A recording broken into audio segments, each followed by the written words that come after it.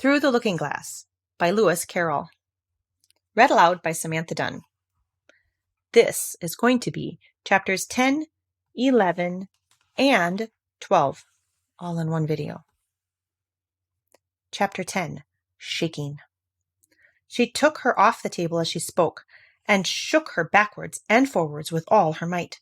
The Red Queen made no resistance whatsoever, only her face grew very small, and her eyes got large and green, and still, as Alice went on shaking her, she kept on growing, shorter and fatter and softer and rounder, and...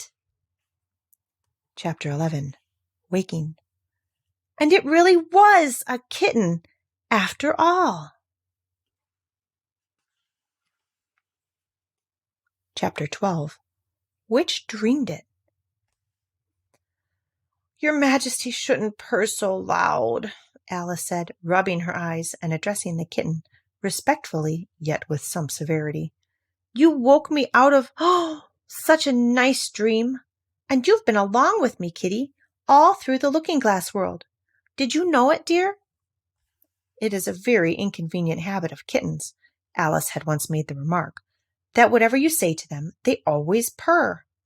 If they would only purr for yes and meow for no, or any rule of that sort, she had said, so that one could keep up a conversation. But how can you talk with a person if they always say the same thing? On this occasion, the kitten only purred, and it was impossible to guess whether it meant yes or no. So Alice hunted among the chessmen on the table till she found the Red Queen, and then she went down on her knees on the hearthrug and put the kitten and the queen to look at each other. Now, kitty, she cried, clapping her hands triumphantly, confess that was what you turned into. But it wouldn't look at it, she said, when she was explaining the thing afterwards to her sister. It turned away its head and pretended not to see it, but it looked a little ashamed of itself, so I think it must have been the Red Queen. Sit up a little more stiffly, dear, Alice cried with a merry laugh, and curtsy while you're thinking what to do, what to purr. It saves time, remember. And she caught it up and gave it one little kiss, just in honor of having been a Red Queen. Snowdrop, my pet, she went on, looking over her shoulder at the white kitten, which was still patiently undergoing its toilet. When will Dinah have finished with your white majesty, I wonder? Well, that must be the reason why you're so untidy in my dream.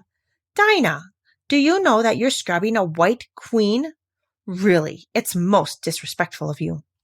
And what did Dinah turn to, I wonder? She prattled on as she settled comfortably down, with one elbow in the rug, and her chin in her hand, to watch the kittens. Tell me, Dinah, did you turn to Humpty Dumpty? I think you did. However, you'd better not mention it to your friends just yet, for I'm not sure.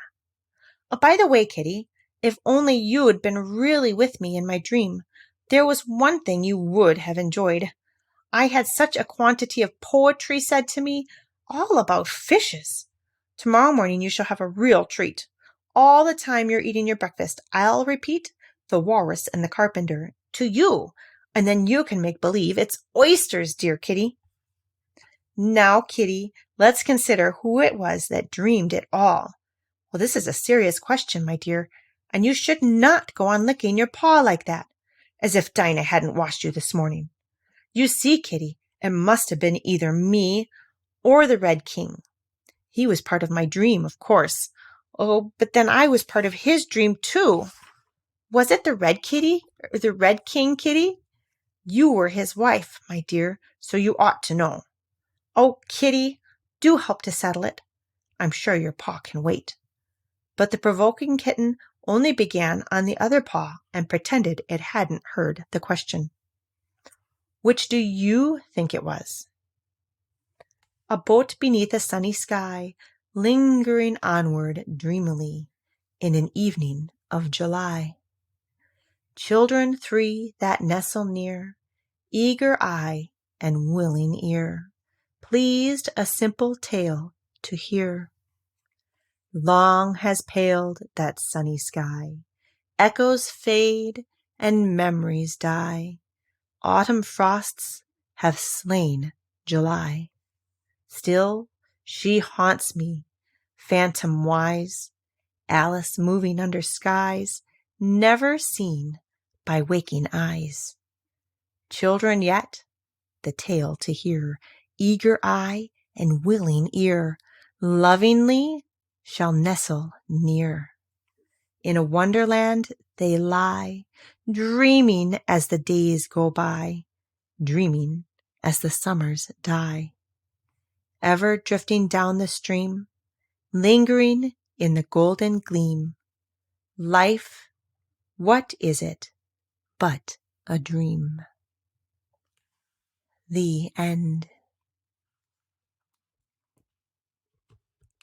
Thank you.